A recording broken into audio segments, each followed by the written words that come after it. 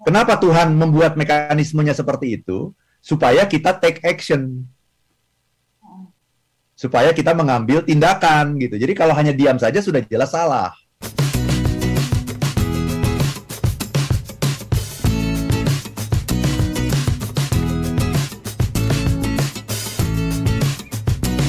Kalau diem aja itu saat kita marah sehat nggak? Apa efeknya dan seterusnya? Tanggapan dari listener. Silakan Pak Arfan.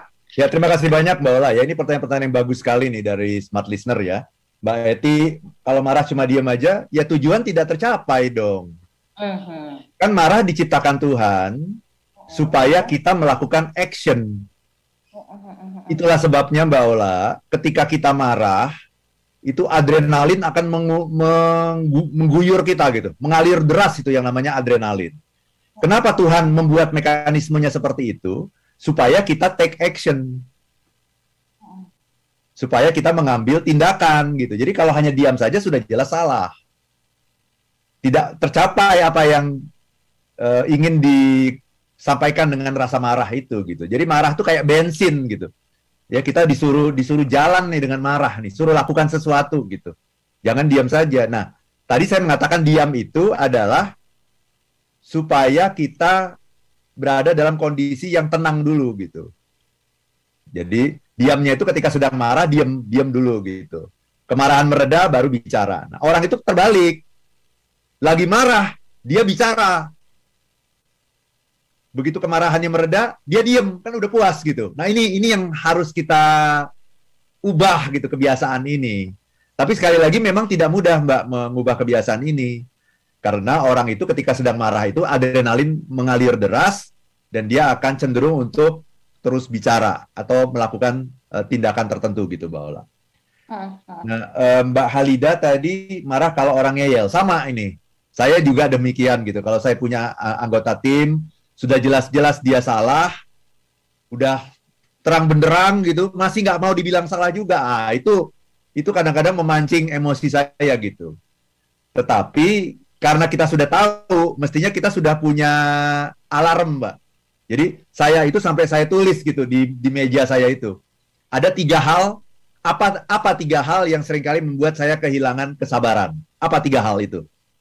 Karena ini harusnya jadi alarm buat saya gitu. Jadi kita benar-benar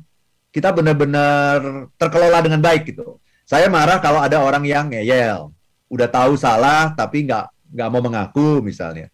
Saya marah ketika ada orang yang tidak pakai logika misalnya begitu. Saya marah ketika ada orang yang sudah berjanji tapi tidak menepati gitu, misalnya begitu. Jadi, nah 3 hal ini adalah alarm buat saya karena ketika saya menghadapi masalah seperti itu, saya seringkali lupa. Nah, ketika kita lupa, nah kita akan melakukan hal-hal yang nanti akan kita sesali gitu. Dan marah itu seringkali membuat kita lupa, Mbak, karena kesadaran menurun tadi ketika kita marah. Jadi, Anda harus tahu apa 3 hal yang seringkali membuat Anda marah, jengkel gitu ya. Pak Dodi, marah yang bisa diterima bawahan. Energi meningkat gitu ya. Ya. Nah, Pak Dodi tadi, marah yang bisa diterima bawahan adalah marah yang menunjukkan bahwa Anda itu menyayangi mereka gitu. Jadi marah itu ada 2 jalurnya Mbak Ola.